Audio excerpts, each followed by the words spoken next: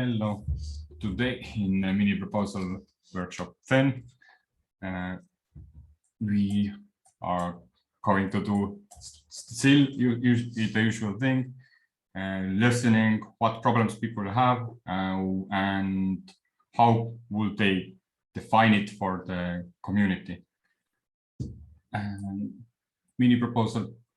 So it's in Natnael Vuldi is new here. I will give my link. So don't have it. And and explain quickly what is this process about. So in theory, this is like a decision tree using questions. So what you do here is you ideate on your idea.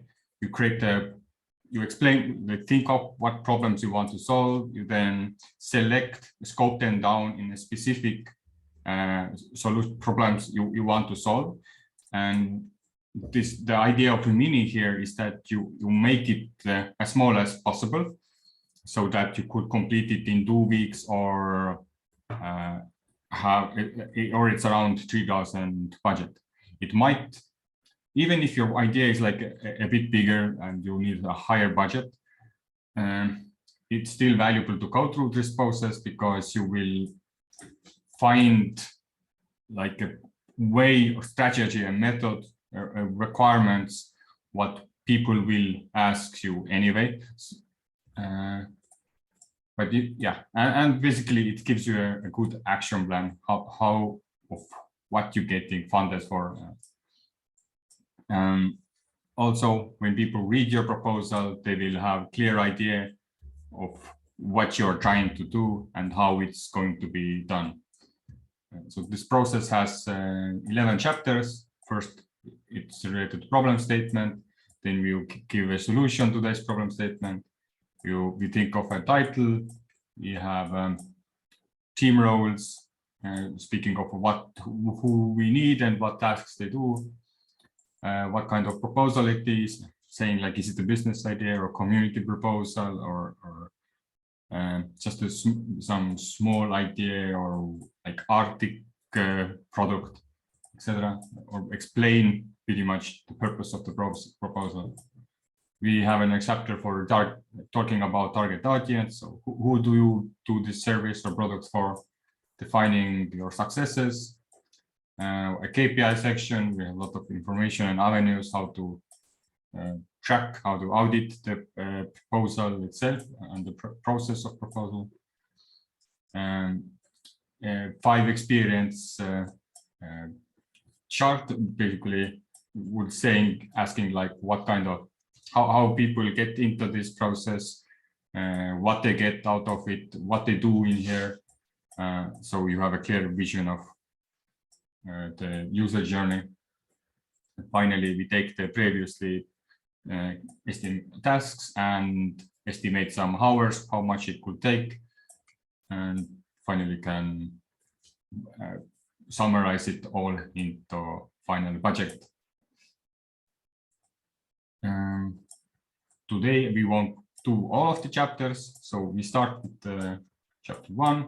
But if you want more information, down here are ways to contact me, and also if there is enough people who are interested, we can make up like a group calls to continue with same ideas or take different chapters. Any questions, Natnael or Scott? Yes. Hey, I actually have one.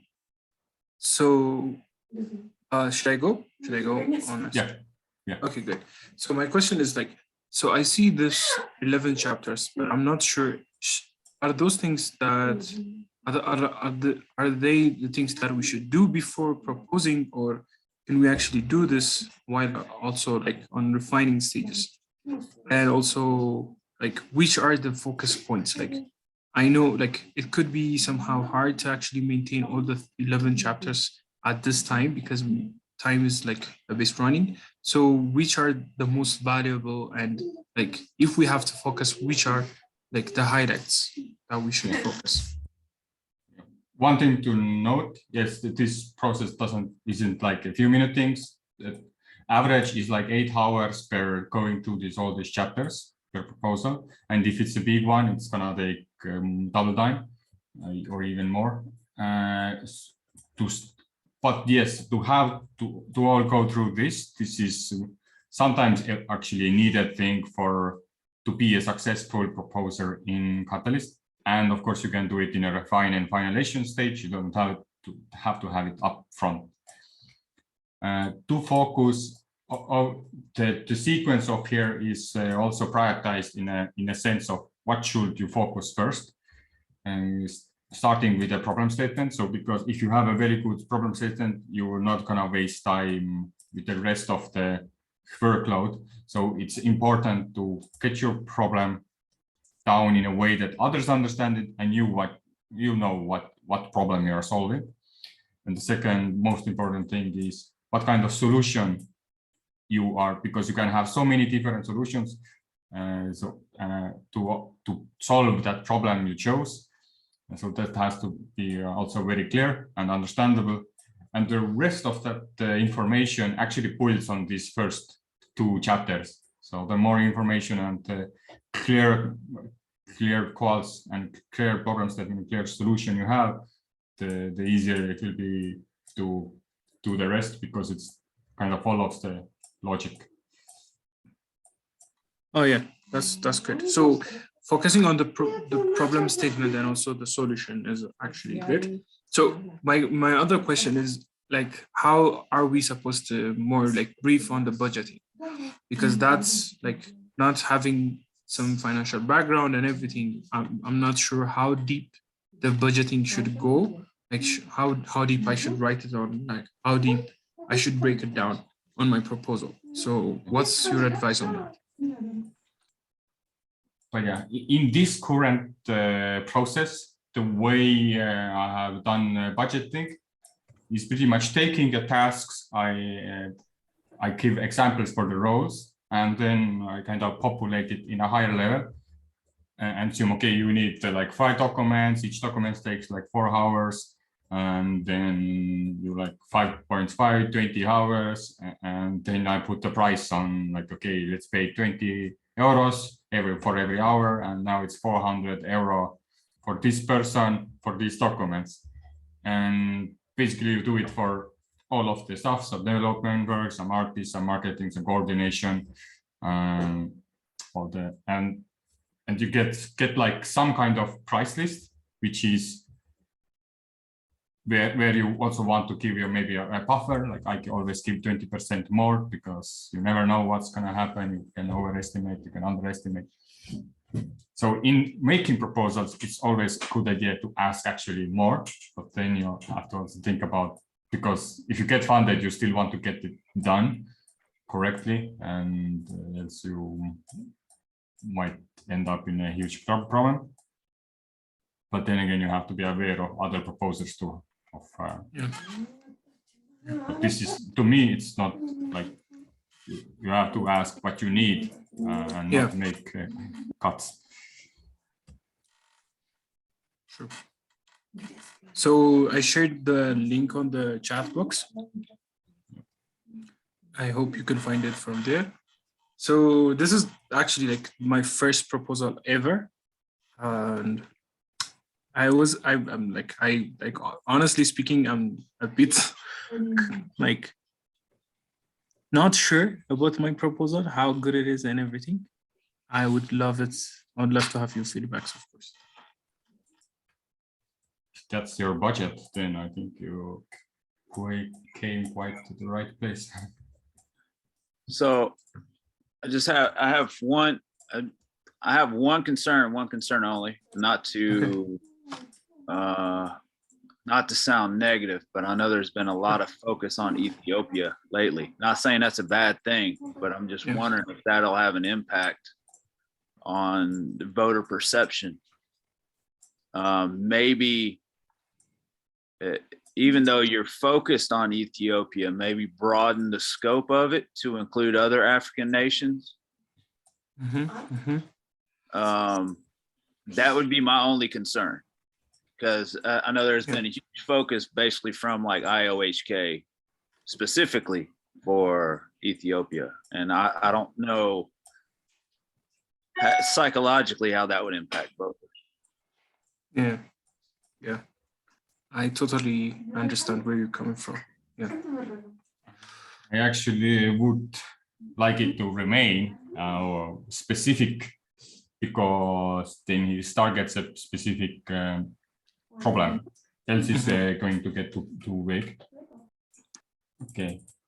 So first, let's start with that. You started with the question, like a problem statement. So I'm not sure have you tried this method, but when in this process, when you have your first problem statement, the first thing you actually do is you answer a question: why is that selected problem statement a problem? And then we can get some kind of like ideas why that problem is important. All right. I just want to say, Natty, that yeah, I don't like the problem statement, really, to be honest with you, because it makes it seem like that nobody's been doing any work in Ethiopia. And like I said, it's been a focus of IOHK. Yeah. Ethiopia. So yeah, maybe we can work on that, like Tevo was saying. Okay. Okay. I'm not an expert. I'm just giving my opinion. That's all. Yeah, I get you. Yeah. So here's the thing. Maybe I can I'm currently I'm involved in one of the projects that got funded from Fund 5, and I actually I've been working to actually create a community in Ethiopia that knows about Cardano, and as a really small Cardano community. But from my experience, not everyone knows about Cardano, surprisingly. So that was why I wanted to highlight on that, because I know the work, the most flagship project is coming to Ethiopia and everything. I know IOHK doing really, really amazing job. I just wanted to highlight things could be better if we go really level. But that's actually a good point. I might have to embed some of the ideas. Yeah. What about the community itself? Why not specify the community that you're actually talking about, like the region or the I don't know, Tevo, is that too detailed? No, I think it would be very valuable to know. That would be in a target audience, good information. But if we already have in a problem statement a clear mind that I know in that city there is 10 people who don't know Cardano, or all the content we have is in English, how could we help them? If you have that specific problem statement and then you put it with a solution, I think you're gonna even get funded. Nice. Okay, great. That's nice. But then that's the question. Do you have the target audience? Yeah. I'm actually asking you right now. Oh yeah. So you're asking me the target audience, my target audience. Yes. Okay, good. So the current project that I'm working are mainly the targets are just university students, and especially developers or tech enthusiasts who actually want to know about blockchain. But for this one, since I'm going to use Amharic, so my goal is to actually address everyone, because here in Ethiopia we only have 0.22% English speakers who can understand English. That's 150,000 people. So reaching 150,000 is really low. So my idea is to reach at least people living in the city that can speak Amharic and that can understand Amharic. At the regional areas, we have 80 plus language in Ethiopia. So we can't reach everyone, but in the city, Amharic is the common language, the most spoken language, because it's a working language. So my idea and my target group is people living in the city, because they're the ones who have access to podcasts and have even for a smartphone. So yeah, my access, like my goal is to reach this people living in the city. So we currently in Addis Ababa, we have almost 7 million people living in Addis Ababa. Not everyone has smartphone and even the knowledge. So more like the young age people, that will definitely be up to 15 to 10% of the community in Addis Ababa. So that's specifically the target. So not everyone. Okay, it seems like you actually want to do like two different things. First, you want to share knowledge about like Catalyst and Cardano blockchain in general, or maybe just programming, I guess. And the second thing is that your audience who you want to share it with doesn't talk in English, and they talk in way too many different languages. So right now you're starting with university of students in Ethiopian who live in cities and speak English, or I misunderstood? Well, university students can understand English, but the rest, they don't understand English. So my target is not specifically the university students, because I mentioned the university students because the previous project that I'm running, like the current project that I'm running, like is for students. So my access is mainly for students, but for this specific podcast, the students are not the target. Everyone who wants to know, like the people living in Addis Ababa, that small city, is the target. So that's like 10% of the entire 5 to 7 million people live in Addis Ababa. So now, are the developers going to be helping you out with this? I'm just curious on like how you can educate like a group of people and then they can continue the education. You know what I mean? Like spreading the knowledge, basically. Yeah, true. So like on the body of my proposal, I've mentioned that as well. Like I have really good community, especially developers who are actually into blockchain development and everything. So even on my podcast or on the Clubhouse open discussion that I have every week on Wednesday, I invite the developers to come and like share their idea, share their knowledge, because not only them, even I am also a software engineer. I'm not specifically blockchain developer, but I understand the concept and I know how things go. But mainly I usually like invite people, invite like experts, and that's how I create the content for everyone. So yeah, that's how I keep the education system. Okay. So this information was more of like making us understand what's the idea about, but and what's your target audience to scope it down. However, we actually haven't still created a problem statement. So when we ask like why is the problem that large number of the Ethiopian population is not aware of Cardano or blockchain systems, we answered with not everyone in Ethiopian blockchain community knows about Cardano, but we didn't actually answer why they have to be, why should they know about it. And then the second thing was not all of them understand English language, and this actually we did also answer why they need to be aware of Cardano blockchain. So does it mean that you actually not the problem statement you described isn't actually what your problem at all? So your problem is educating the people in Ethiopia who do not speak English, and there is not enough resources for that.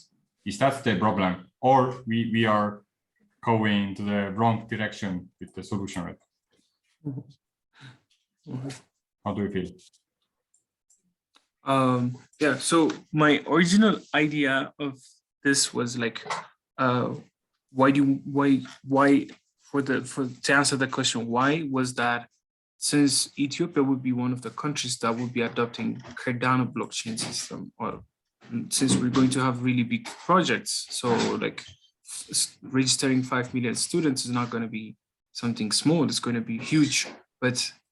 And not only that, the next projects are going to be even bigger, but the community is not ready for that. They're not ready to adapt to the emerging blockchain system or the emerging blockchain technology. So that was the question. So in order for them to be ready to jump on whatever comes next, whatever big project comes next, they need to be aware of the basics. So that was the idea, the current, like the initial idea was that.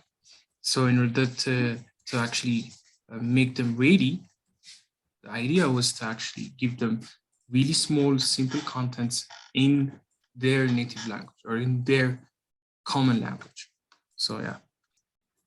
I see. Wow. It's interesting you guys are working on this. I have a lot of energy that's going specifically into Ethiopia with my stake pool. I'm sponsoring 20 children in the Tigray region of Ethiopia, and their native language is Amharic. So one of the missions of that I'm involved in is to help them become aware of Cardano. So I wasn't aware that this challenge was there. This is fantastic. I'm definitely going to be looking at this. And so this tool that you're using, Miro, is this a tool that many people are using to go through their process of building a proposal? I'm not sure how many. I have currently, I think, 7 people in the list, and unknown amount of people use the Miro board.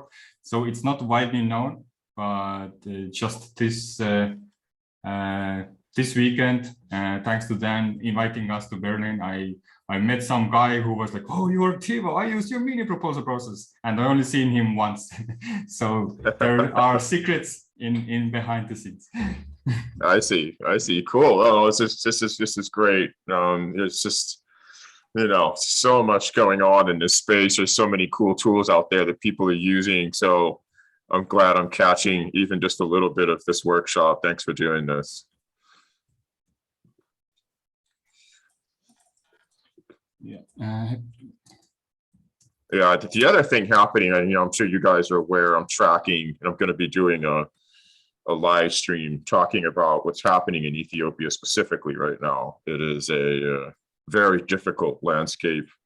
There is a civil war, and the central government of Tigray, with the prime minister, they're having a tough time keeping the Tigrayan forces from overtaking their government.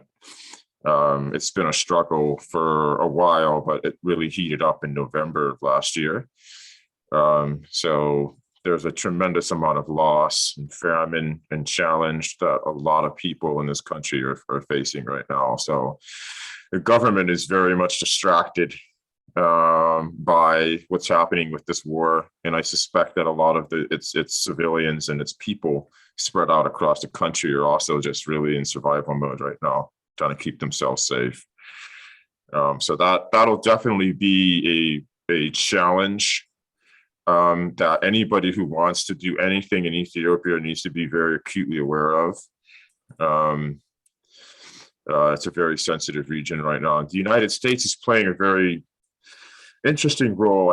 It's not really clear what the United States is doing yet, and what involvement they're trying to have, what their angle of influence is.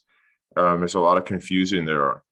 So far, the Ethiopian government is really asking the United States to stay out of their affairs and stop meddling with their stuff. And then, of course, you have the United Nations saying, well, why is this happening? Why are you blocking aid to the Tigray region? What's happening with these terrorist groups?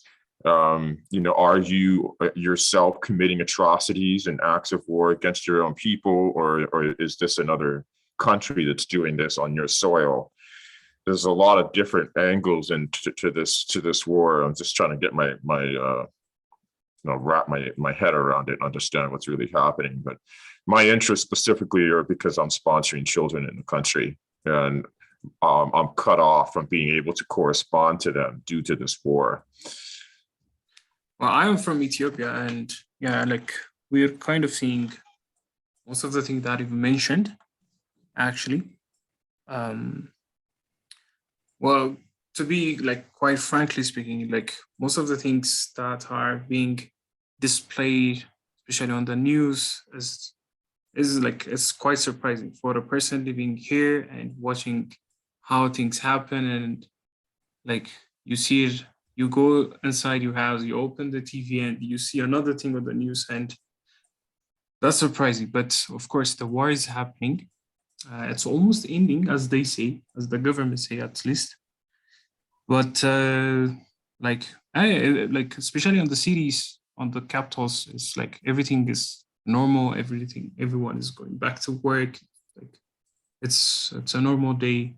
But on some regions, for sure, yeah, like phone is like, it's not working. There is no access even to go there. There's no access on the road and everything. Yeah, that's what's happening right now. Oh, it's good to hear that. Thank you so much. How do you say your name? Natnael? Natnael. Yes, Natnael. Natnael. Yeah. What about travel? I've been planning travel to Ethiopia, trying to get over there. How does it feel in respect to, people coming into the country and that kind of thing? Yeah, it's fine. Like, people, like, it's normal. Like, unless you have like, I think they have this new rule. If you're coming under an NGO and everything, that specific NGO has to like report or something. Like, they have to notify the government that you're coming and everything. But the rest is like, it's normal. Like, I have been traveling even like, I recently, like, I came back last night. I was out of the country, and I have other nationality friends, like other countries, like international friends coming to Ethiopia, and yeah, it's normal. There's nothing that's skeptical, there's nothing that's out of the normal. So it's normal.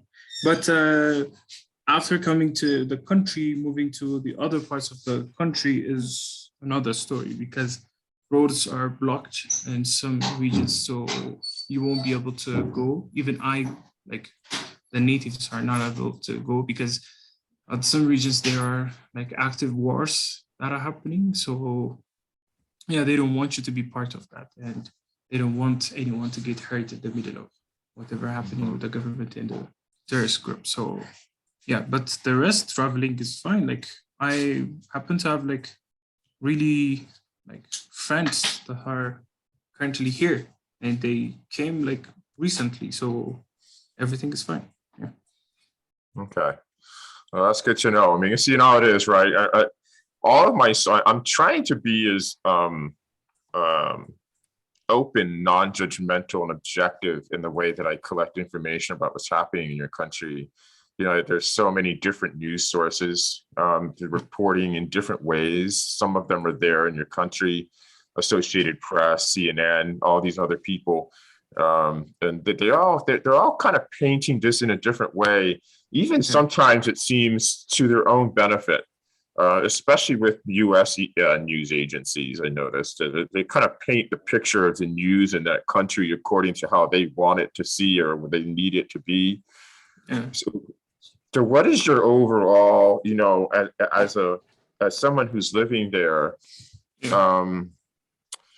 what is your overall sense of this? Do you think the TGLF is going to be, put under control and submission by the government, or are they going to be a constant pressure and problem and always sort of, spinning off these cells that are causing disruption to what the central government is trying to do? From my side, there is like possibility of having both, because currently the terrorist group, like the TPLF, they're not actually like pushing, like they just want to create some chaos. They're not actually, they don't have the power to actually, take control as they used to before. Then they know it. They just want to create some chaos, and they just want to create a disturbance, and they want to take advantage of other news corporates or everyone. Like, they want to create that kind of impression. But from the government side, I am definitely sure they're like handling it really in a very good manner, because they're giving them like a chance to actually give up, and they're giving them like a way of having a proper discussion time and everything. But the other part is not willing to have, the normal or the decent civilized manner. But yeah, like from what we hear or from what we get, so the government seems to like it looks like they're actually taking control of everything. Even the TPL of their forces is like really weak right now, so they're almost done with the war. But if unless you get like the heads of the TPL of like the people that are responsible and that are actually leading the army in control under some kind of power, like it won't be an easy way of having a peace, and it won't be easy to get back to the previous states. I see. Yeah. Okay. It's interesting to hear your perspective, right? And what's happening there in our country. What about Eritrea? Is Eritrea out of this? I know they were involved early on. Have they been pushed out of this, and they're not meddling or lying in alliance with the Ethiopian National Army, or? Not really, because at this moment, even the Eritrea border is way too far, and they can't even come to the war, because previously their engagement was the fight has usually happened at the border of Eritrea. So the thing is, even at the war, Eritrea was one of the victims that were part of the war. So the TPLF they were not only attacking the government, they were also attacking the Eritrean government as well. So that's how they were pushed to actually get into the war. But now, like, Eritrean border is way too far, and they won't be actually coming to fight or in any type, because it's really far, and Eritreans don't have that much even power to actually come and fight for this war, because clearly it's not their war. And also they won't be like, I'm sure they don't want to like spend their logistics or money or anything on this war. So they're not, from my understanding, they're not coming to the war. They're not forming any alliance as well, because the government, like after the war that happened before, like on the November, there were some Eritrean soldiers that were in Ethiopian soil, but the government actually kicked them out, and they gave them the boundaries, because this war has to end in Ethiopia, and this war is not their war. So because Eritreans in the TPLF has like long history of full of vengeance, revenge, and full of story of war. So if they come and intrude and be part of this war, it's going to be another story, because the war would have different directions and everything. But the government does not want that, because civilians will be the one at the end losing their lives and everything. So yeah, at this war, no, there are no Eritreans in alliance with the government. The government is just alone. Raymond, have you thought about opening a Twitter space and putting Ethiopia as your topic?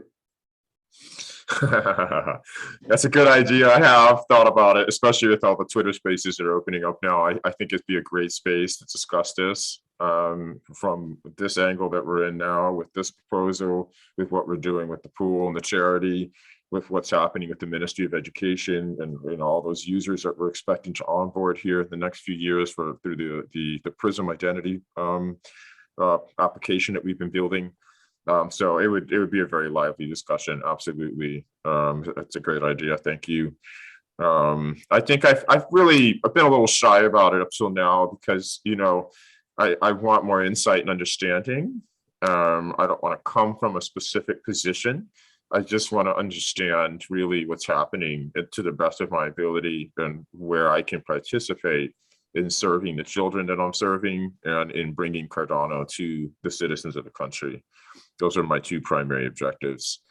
So really glad I jumped in here. I'm like, I need to learn more about the mini proposals. And I'm like, whoa, I had no idea I'd be jumping into this discussion. So Thanks so much. I really appreciate it. Yeah, to steer this problem statement slightly forward, what you, Raymond, provided was pretty much 5 problem statements, but only written down 4, where you kind of widened the gap and to give a bigger awareness of what is happening at Ethiopia. Or considering the proposal, what Natnael did in, I feel like they are a bit already out of scope, but it just for the rest of us gives a good background knowledge of what's happening there. So this problem statement we wrote here, Ethiopian community is not ready for emerging blockchain technology, but has been seeded by Cardano. Is that a better problem statement, or would you want to change it slightly? Yeah. Natnael. Yeah. I was actually looking at, and yeah, this actually perfectly explains what my original idea was, or the original issue that I want to solve with this idea or with this proposal. So yeah, I feel this really well. So the way this process, and sometimes even if you have like an answer, we just got the event paper, we can do this thing again. And right now, since we just took out more information about Ethiopia, maybe we could try another root cause analysis and ask again, why is it a problem that Ethiopian community is not ready for emerging blockchain technology?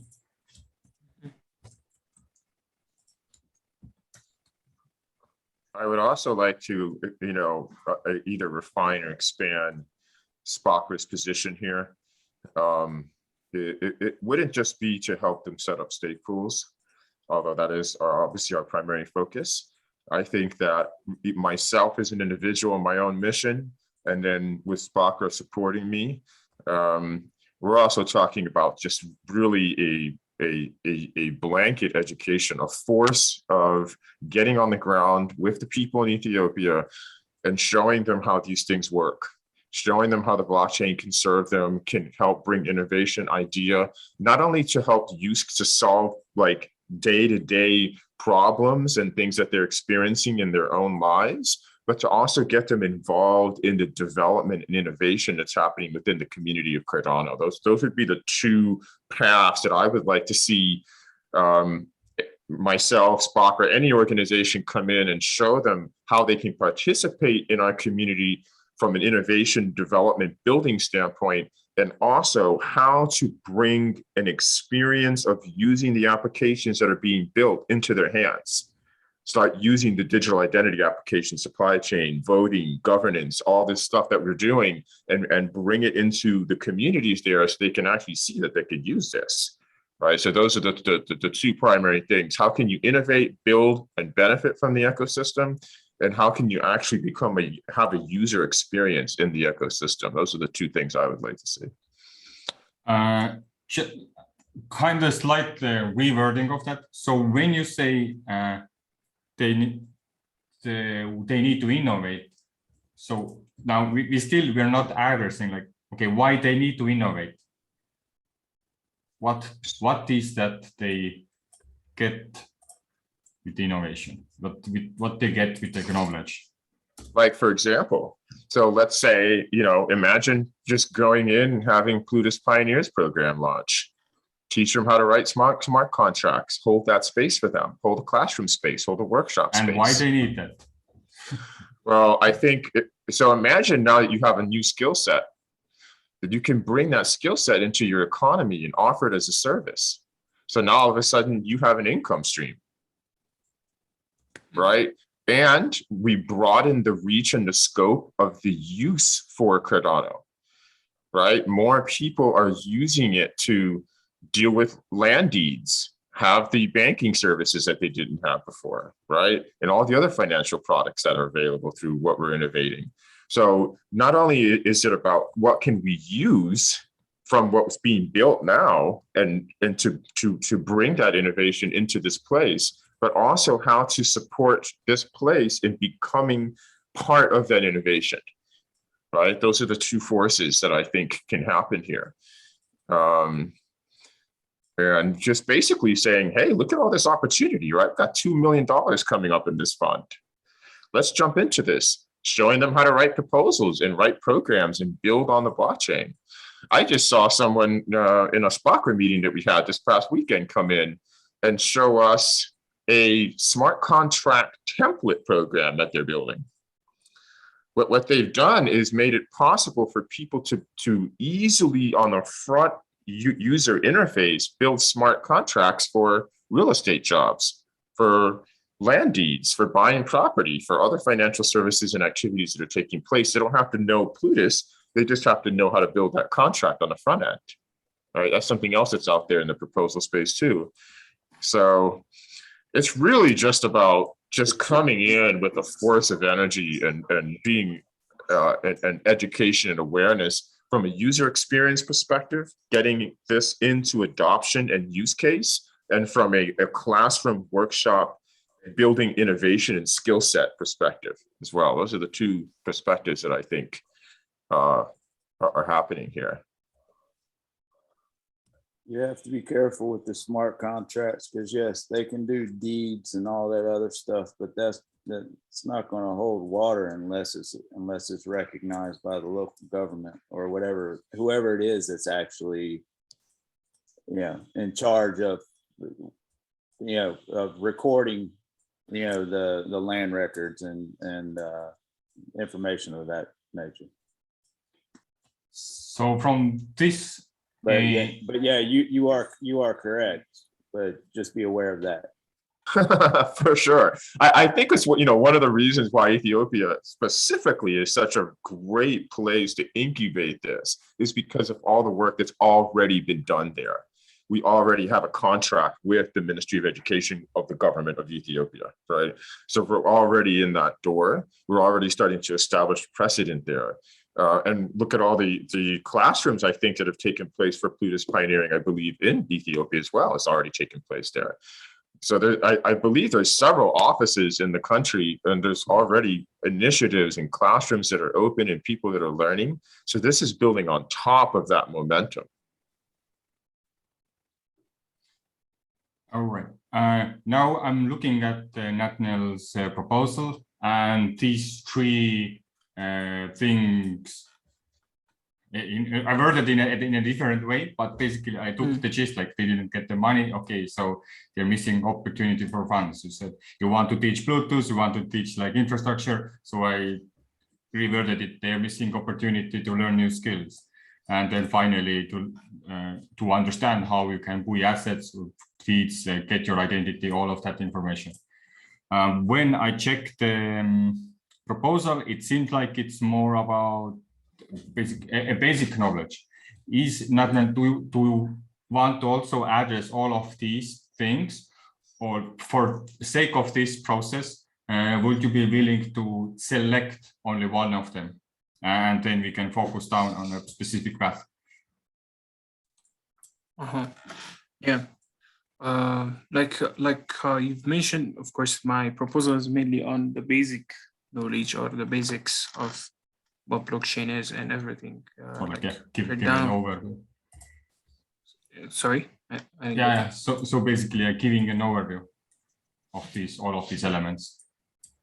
Natnael, quick question for you. Sure. How strong is the language barrier? Is it is there is it very strong? Is there a need to have translation happening all the time? How big of a challenge do you see the language barrier being between, so like, for example, myself coming in English speaking, right, and dealing with populations that are speaking in Amharic, the native language, that kind of thing?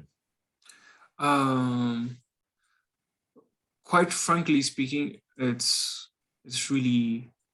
huge. The problem causes us, it's really huge, because even on the people that are like that went through the university and everything like that, they still have struggles, so they still struggle to understand the basics of any new idea or a concept, because blockchain by itself is not something that's easy to understand for most people, and adding another language on top of that is something even harder, because from my experience of running like the discussions, like running events and everything, the huge barrier or the huge gap between what we're giving them and what they already have is the language barrier.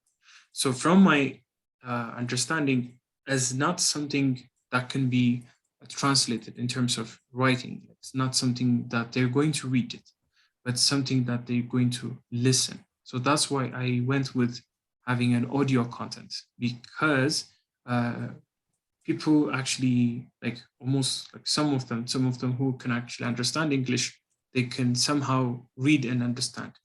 But reading is not really good habit here in Ethiopia. So that's why I changed it to audio, and it's better to actually have that smooth interaction with having an audio content. But of course, the language barrier has really huge struggle and bringing them to where we at right now.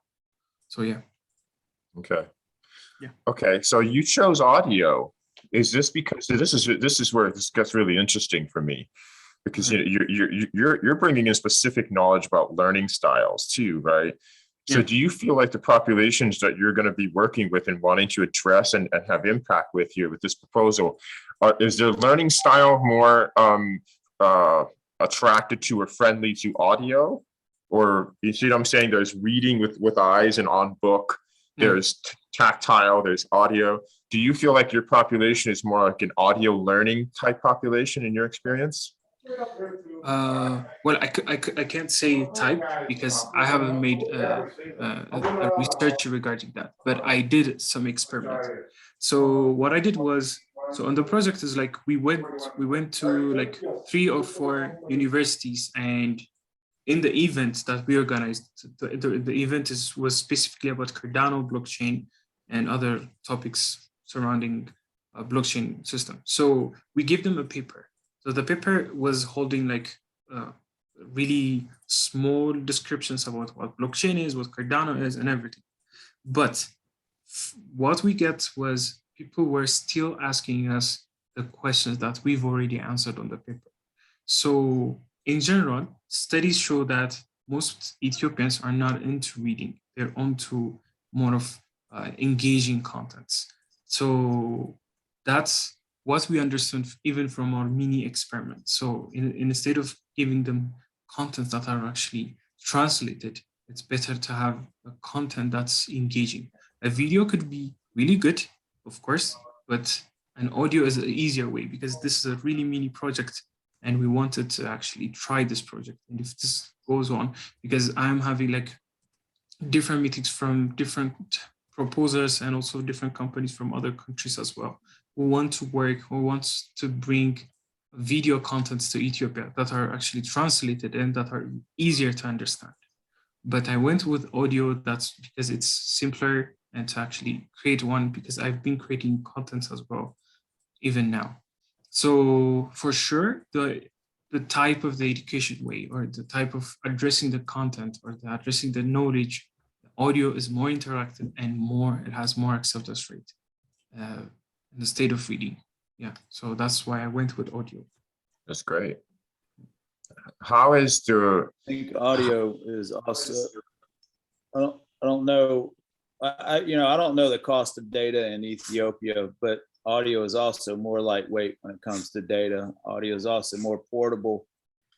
And my understanding, obviously, I mean, I haven't been to Africa since like 94, 95. And, but my understanding is the mobile presence is much higher than any other type of technological device. So audio makes more sense than any other type of media format, given all those different metrics, in my opinion. It's a good point. the telecom infrastructure for movement of this. How are you sharing these podcasts? Are you like how are people learning about this podcast, and is it a regular experience for them? Tomorrow's Thursday. Okay, so from my experience, I currently haven't like uploaded any recorded content, but I usually like, so here we have, like I told you, I manage the community group. We have like almost 300 subscribers in our Telegram channel. So each week we have open discussions on different topics, and we invite those the viewers or the subscribers to come on Clubhouse, and we have like really good engaging discussions. So on the topic, I usually organize some pointers that I believe we should address for the listeners or for the audience. And in the meantime, they get the chance to actually ask the expertise that I invite to that Clubhouse. So that's how I usually do it here. So I usually have it on every week. I don't record that, but I have it live. And if anyone has a question, they can jump on and ask their question, but we keep it really simple, really normal, and everything in Amharic. So that's my experience so far. Wow. Yeah, that's great. It seems like this is very organic, right? You're starting with a small group. Are you seeing people in your group who are starting to understand and pick up this? Do you see them bringing in new people, and do you see them also being a force of education and awareness as well? Do you see that starting to spread out? Yeah, especially like so in every content we add some interesting topics that can bring people, like can bring new audience to the group. Especially like we talk about how they can make money out of it, how can they trade and everything, like simple facts. And that's how they keep engaging back to back. Like they come and they bring their friends, they bring another community, they bring other people who actually want to know more about it.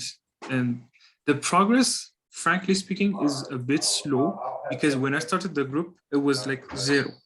It was me and my friend. So we started from there. So that's how like we went to universities, we create the events, we add them to the group. They were interested, because one of the projects that I'm working was like I mentioned before, they got funding on Fund 5 or 6. So no, Fund 5. So this was running a student ambassador program. So that gave us a highlight of like bringing new ideas, bringing new this Cardano and blockchain system to the students especially, and also other enthusiasts as well. So it's growing, but it's quite slow because it needs more work and more fuel to actually bring more people. But yeah, it's really growing, because from 0 now we're almost 300. So that's good. That's good. And I already have like, I only had like 6 weeks of continuous online discussions. We only had it for 6 weeks. So yeah. Yeah, I can tell, man. I'm getting emotional. I mean, just to hear you go from 2 to 300, that is an accomplishment in itself. So what I'm hearing is that this is the way, right? You get these ambassadors, in a sense, that come in and they set up these small groups and communities around them, and then you just expand and you teach and share, and it just spreads word of mouth. It's just the best way, right? That the kid goes into the family and shares with the uncle, and the uncle shares with the grandmother, and the grandmother says something to the niece, and the niece talks to the dad, and this thing just spokes out.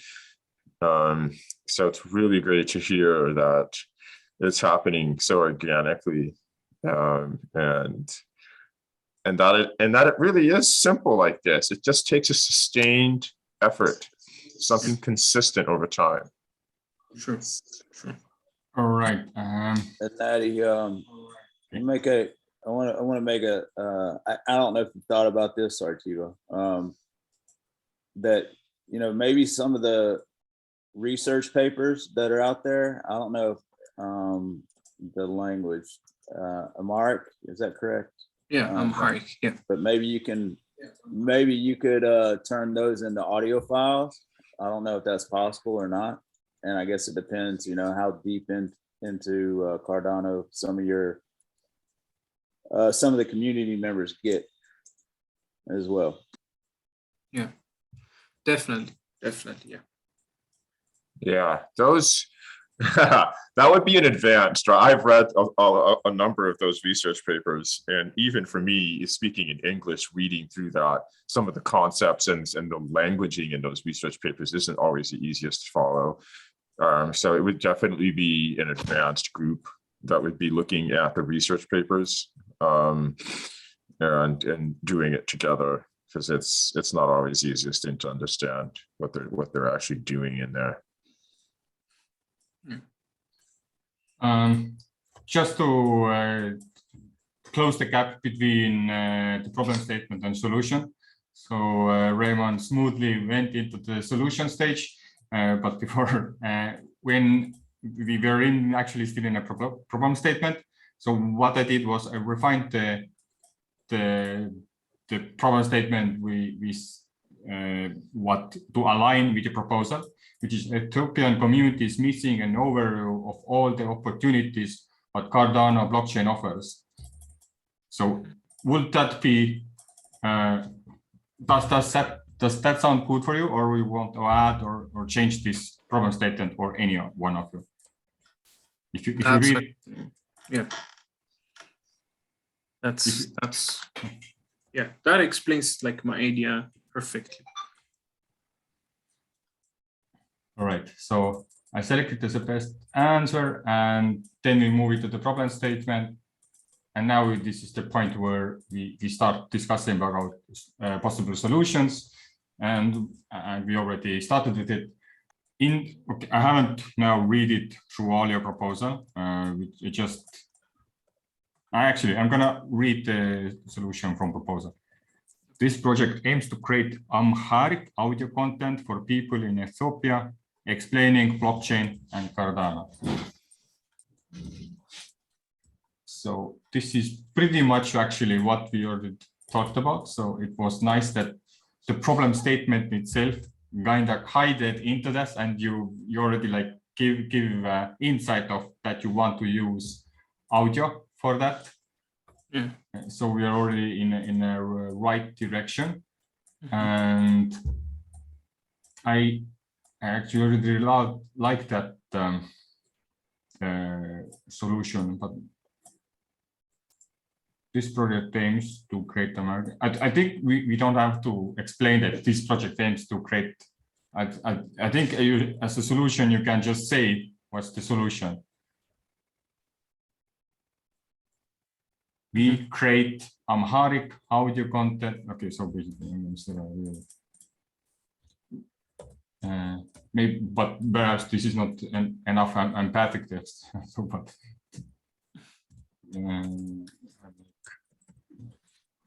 we create Amharic audio content for the people in Ethiopia, explaining blockchain. And so, for scoping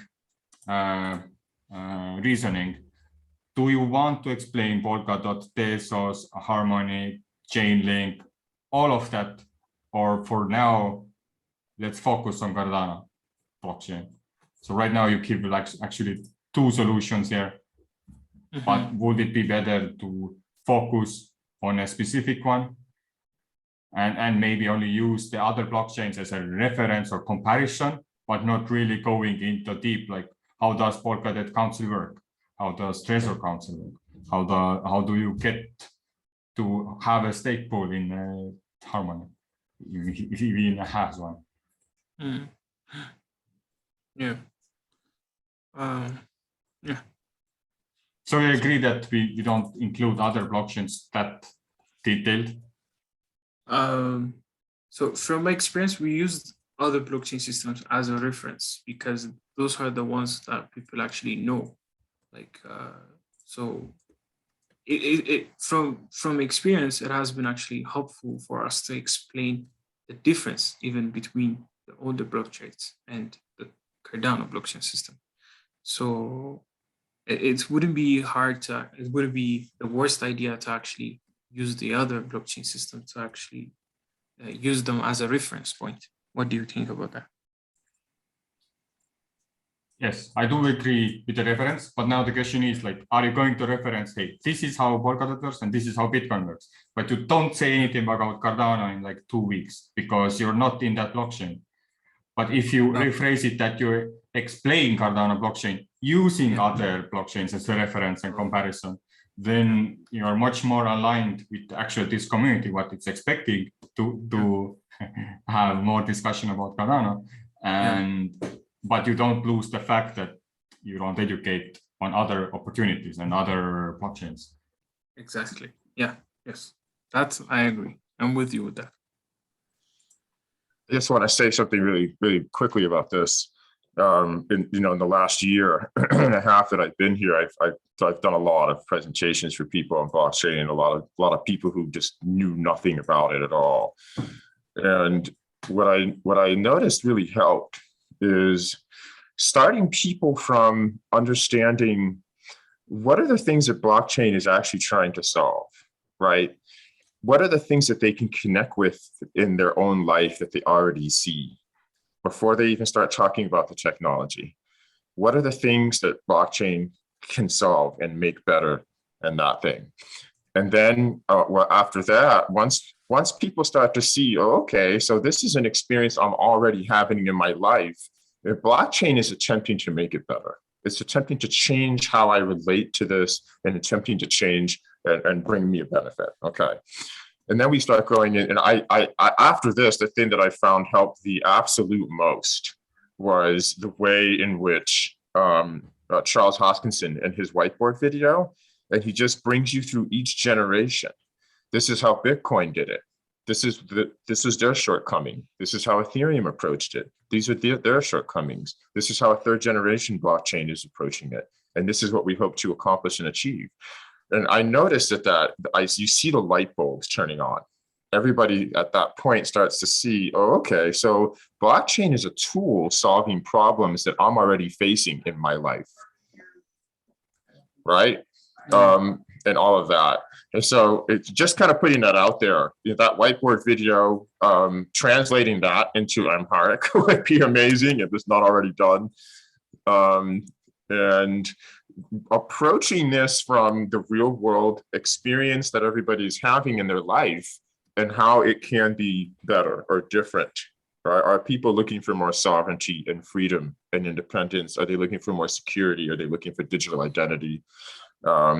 So all those kinds of things are addressed by blockchain, and we believe it makes it better, right? It solves a lot of different problems at the same time.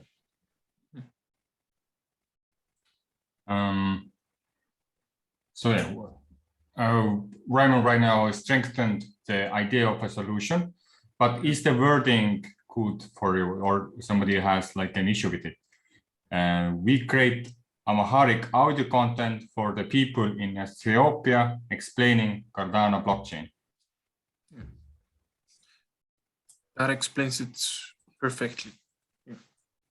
So moving forwards, now we want to make sure that the just selected solution actually affects the problem statement. And for that, I have created a question. Give 3 reasons why the solution is solving the selected problem statement. They could be simple. We maybe already answered some, just to have like a proof of situation. So how is it? How this solution solves the problem? Yeah, the first thing is keeping them like aware, and it keeps them aware of the basics of Cardano blockchain system. And so the next thing is they hopefully will be ready. So it will keep them ready. Like it gives them that platform where they can be ready for the upcoming technology that are seen by Cardano or that are being done by Cardano and the government in Ethiopia. So that is also another thing that they can get from, from this podcast or from this idea. Thirdly, it will fuel the community. It will having a community is really crucial and it's really important. And having this podcast will help us grow the community that we have. So yeah. Yes, then. I think Raymond's idea is genius.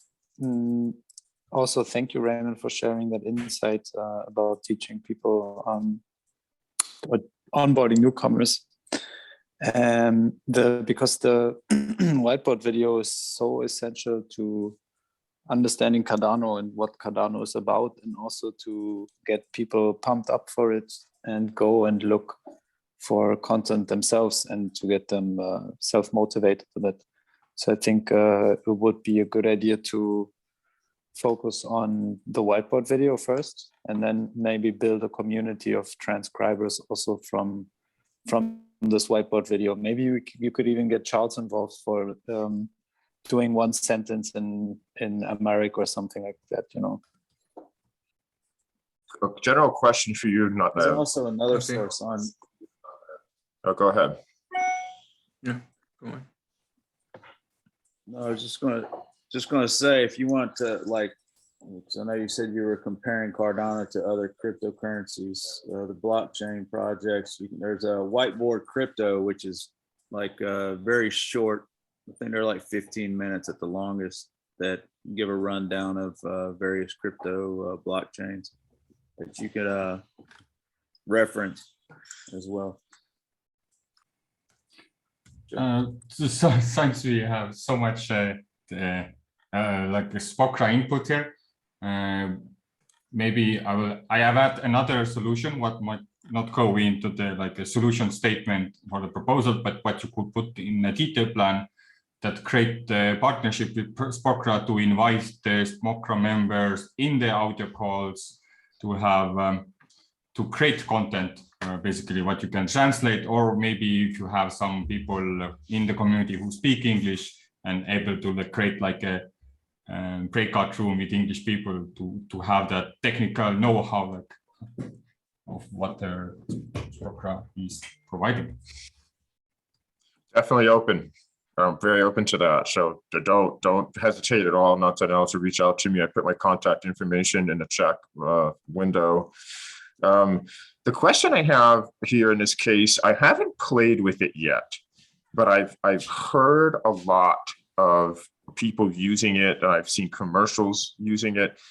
These devices that people are walking around with that translate the language for them. Have you seen that? Or I'm not even sure if they have an Amharic, language converter or interpreter yet with some of those, but it's been coming out a lot. I see a lot of tourists using it who go into other countries. They can speak their own language, and then this device will translate for them and speak that to the person in the other language. Are you familiar with that? Have you seen that technology yet? Yeah.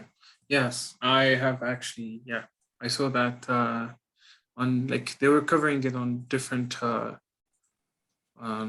channels and everything. But here we haven't, not so far. We haven't seen anything like that, and I don't think they have Amharic as well. So I'm not sure. But I was looking their demonstration as well. It works really good, and some of the translations, like even Google Translator. We also have a local translator here. They only translate words. They're not actually as accurate because they won't explain the way how we wanted to explain, and they might actually create some different vibe. So in Amharic, it's not only knowing the actual word or the actual translation. It has different other factors like expressions like any other language, they have their own kind of state to actually have really smooth communication. From my experience, the AIs that are built to translate words fail to do that in Amharic.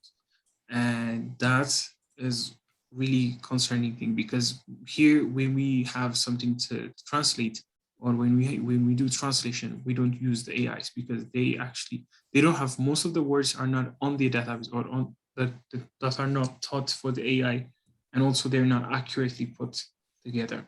So yes, I am familiar with the technology, but we don't have it here, and I haven't seen Amharic translation using that technology. That is so insightful.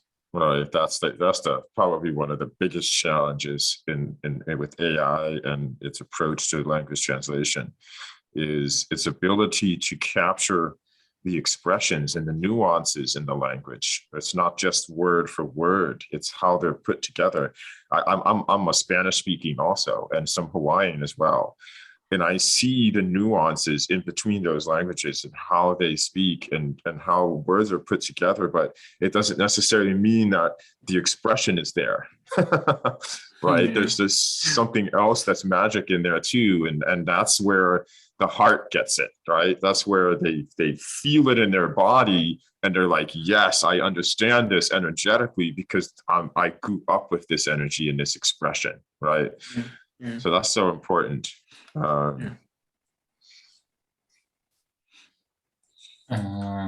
So yeah, getting back to the solution, I think since you already had the proposal and you had a lot of thought input into it, we got the answer quite quickly. We got the reasoning why the selected solution is handling the problem statement. We got the problem statement down to more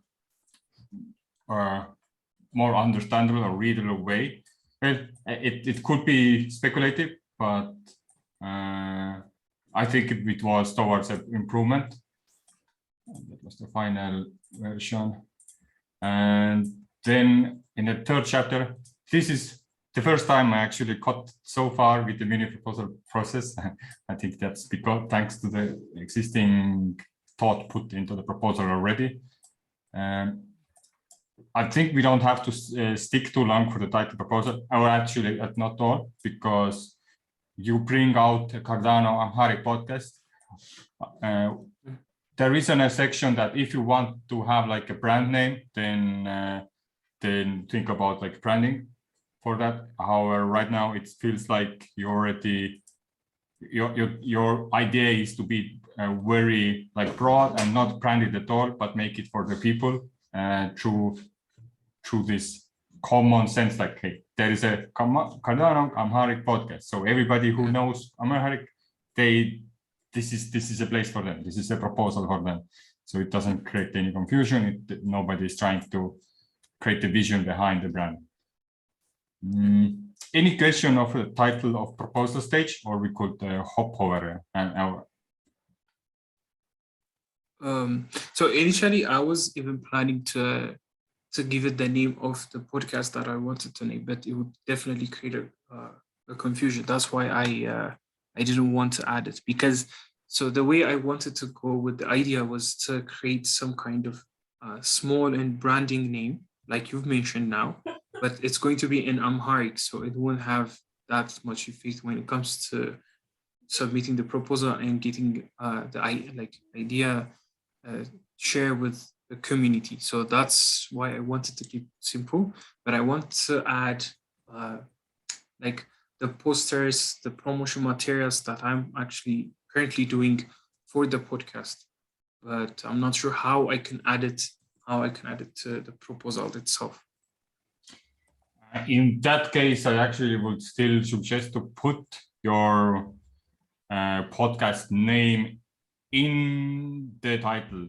Yes, people don't recognize it right now, but it will be beneficial for people to find the resources, connect with the name. Else it's gonna, of course, you have the like first mover advantage in a sense that I know that this is made by you, but if you make it explicit that you are going to in future also have like a podcast name and you want to brand your name, it will be much easier for them to spot, this is for this community, this is for that vision, because behind the brand you have a story or a narrative, a vision where you want to drive, and the earlier you start, the better in my mind. So what's the podcast name? It's called Sile Cardano. It's Amharic. Sile means. Can you write it to the? Sure. It's going to be written in Amharic letters as well, but that code, if I write it like, it's going to be like. So this is Amharic word. It's Sile Cardano. It means about Cardano. So I want Cardano to be the center of the name, because at this time people are starting to know what Cardano is, because we've been mentioning Cardano everywhere, and also like we see it on TV, on the news. So, but the only thing that they don't know is what exactly Cardano is. So I want Cardano to be the center of the podcast name, but Sile means in Amharic, it means about. So about Cardano. So I was thinking, to have some catchy and having Cardano at the center. Yeah. Well, it loses an opportunity to be shareable. I don't think anybody is able to type that thing in the IDSK. Not sure that's how your Mangunder will accept that. I think we will crash the entire Cardano network. But but I would definitely put that in the name, because it gives that that spice what the proposals need on a title. So my suggestion would put that in. And like, this is the example I created, like this thing, then the reason. But yeah, hopping. So that's actually good that we slightly stayed in the title chapter. And now we can step to the chapter 4, team roles. So given that you now know of what you're going to do, who are the people you have in team? Let's start with that. And what they do, like example tasks. Okay. So currently I have people actually helping me in terms of the expertise, because some of the people that I have working with me are like they joined this blockchain and crypto and everything on early like 2012 and everything. So they're the ones that are helping me in coming to my coming to the discussion that I have, or even when the podcast is live, they're the ones that I'm going to invite, and they're the ones who will be answering the question. They're the ones who will be sharing their experience, their insights. So I have few developers and also experts who are helping me, and who will be helping me as well. So that's their role, and that's actually pretty much it. When I submit the proposal, it was initially I just took a leap, and I was the one that we should have this, and I applied it. But they have been there from the start, because when I started out, they were the ones who actually introduced me to the Cardano community, the Cardano blockchain system and everything, because they already have a project that is funded, and they wanted me to be part of that project. So they were there, they would be now, and they will be like while running the project as well. So I only have those people. Well, for the rest, like creating the content, like the marketing materials, everything, like visually designing, creating the content, that I do by myself. And yeah.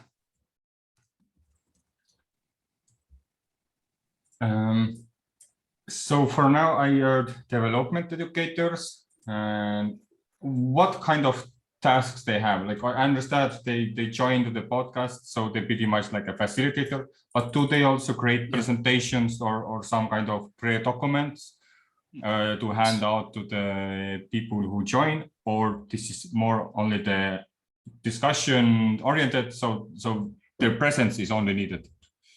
Yeah, the discussion, and also they create the content as well, especially when we hand out the physical contents, if we have to write them, if we have to like prepare slides, presentations and everything, they're the ones who will be creating the content as well. So they will be helping on the content creation and also discussion and also answering the questions as well. So yeah. All right. Another thing I wrote down was coordinators. So basically you were invited by somebody, and that's actually also a task. So then we need people who invite people, and what kind of methods was used for inviting? Did you just call you, send email, you have Telegram chat? Where did you find it out?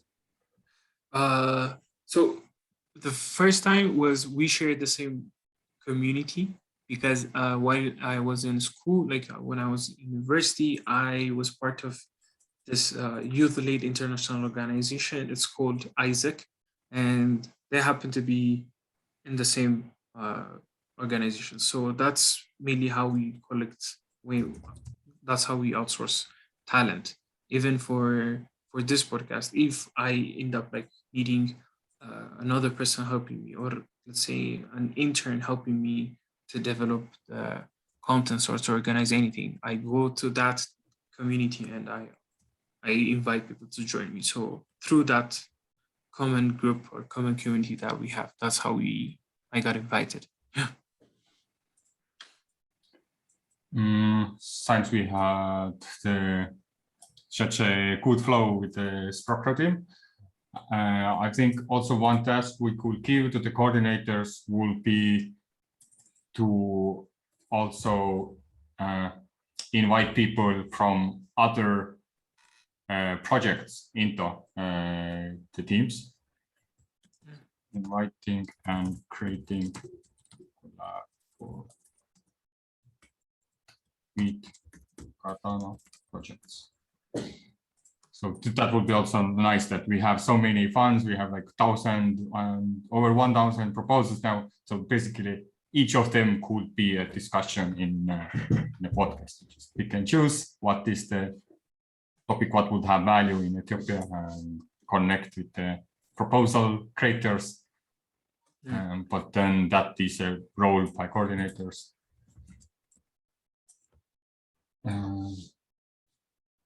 Yeah. Okay. So if there is nothing just popping out right here, what we still could miss, we can technically move to the next chapter, and we can come back to it later also. Sure. So right now we got a nice almost 10 tasks to do. We got 9 roles we could do. Some of them I explained why we need it. Would be nice to actually give it all the reason, but just for the sake of pushing the boundaries, in a sense of like finding the furthest chapter I could go into, I will already step into chapter 5 to have a final, or not final, but to have more insight. Everybody agrees? Yeah. Pushing their head. All right.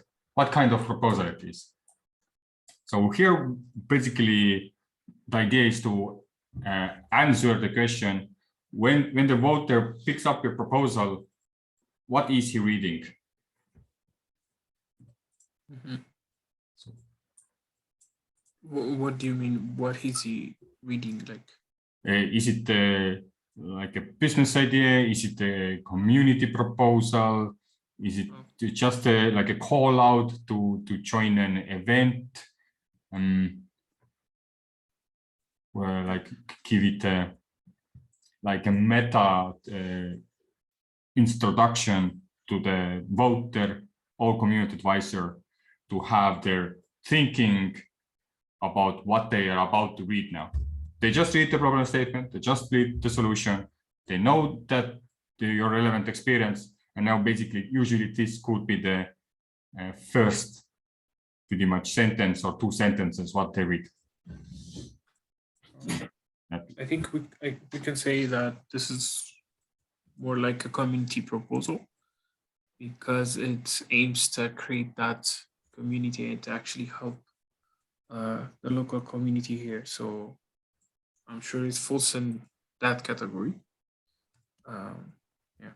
And now a few tags, what could be added to your proposal.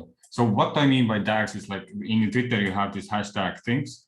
So if you would have only option to put 3 tags on the proposal, what could they be?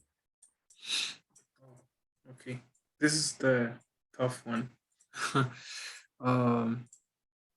I would definitely put community growth. I would remain it like growing community. Yeah, that also works. And I think it's also about education. Education. And I think Ethiopia. Or do you want your? Yeah, that's actually the pinpoint for the project. So yeah. I would suggest possibly, you know how voters are and people who are looking through this, and even just to get enough reviews, maybe, you know, some of this is at the end of the day is about education for adoption.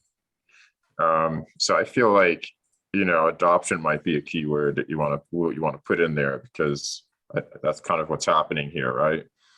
And you gotta, is that the right spelling for Haria? Should it be Amharic, or is that a different?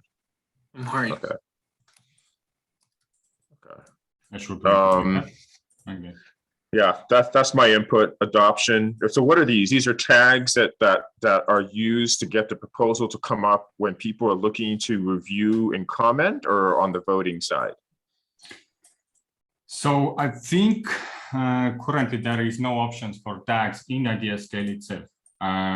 Why this is a practice? Because we do have quite many discussions in the community that we want at some point having a good tagging system. We have had that experience of doing some kind of like grouping affinity diagrams for proposals if the community gives tags to the proposals.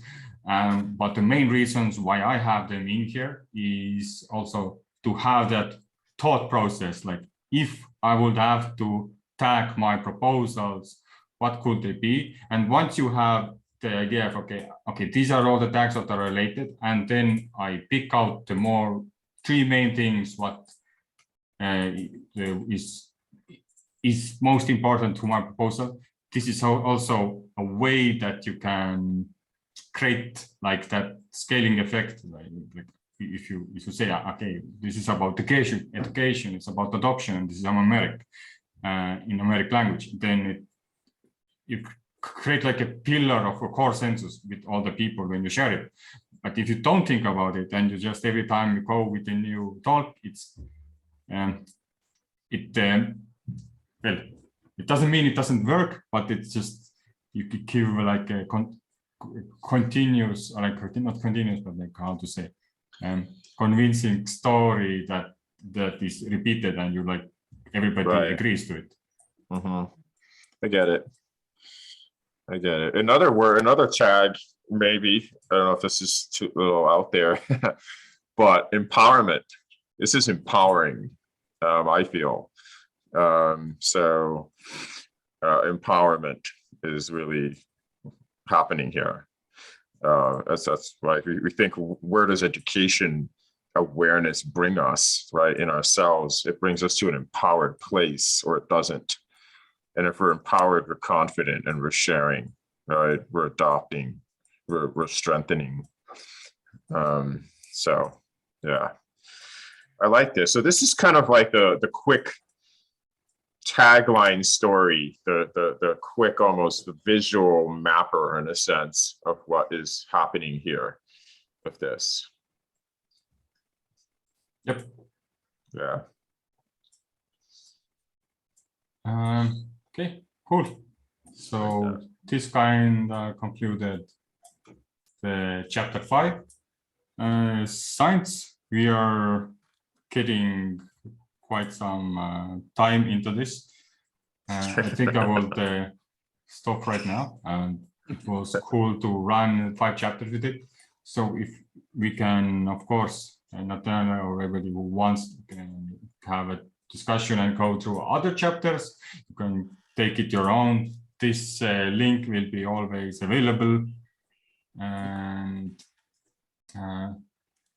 so yeah, so that's one thing. But before we leave, can I get everyone from all the participants feedback of how they felt that this proposed process helped them or how it didn't help, and give some tips how to improve it. Let's start with the main man, Natnael. I mean, like, this is Horrible, Tevo, horrible. this was like, for me, it was really amazing because it helped me so much. This is my first proposal, as I've mentioned earlier. I was really in a mess. I was confused starting to write my proposal. I did not know this much, like steps and everything. And this actually opened my eyes, and I have like lots of things to do because tomorrow is refining, like the deadline is tomorrow. So yeah, okay, great. I didn't know that, but this experience so far was really amazing. I really liked it because everyone was giving me insights, and yeah, it's really amazing. Raymond, you still with us? Yeah, I'm still here. Yeah, you have a question or? Yes. How did you like or not like the process, and how would you improve it? I love it. I mean, especially that we're all here together. Scott here, Natnael and Dan. Everybody's chiming in and reflecting on a flow process, right? So what I see Miro doing is taking that potentially chaotic and messy, what the hell am I doing, and how am I going to actually present my problem statement, my solutions, and my my traction for this proposal in a form that people can understand and read. And so I'm very fortunate to have you here showing us this process, because a lot of people don't know about it. In fact, I'm part of another group, the Mission Driven Pull Group. We have a proposal also. So learning about this process is going to help us to refine ourselves as well. So super appreciate your presentation. It really worked for me. Oh, this is exciting. If there's it's just like this proposal, this Catalyst ecosystem, it really is incredible. I know my job sitting on the circle here for 3 months, really ultimately from the SPO perspective, is just to bring as much awareness and engagement into this space as possible for SPOs specifically. And then learning about this kind of thing here is really amazing.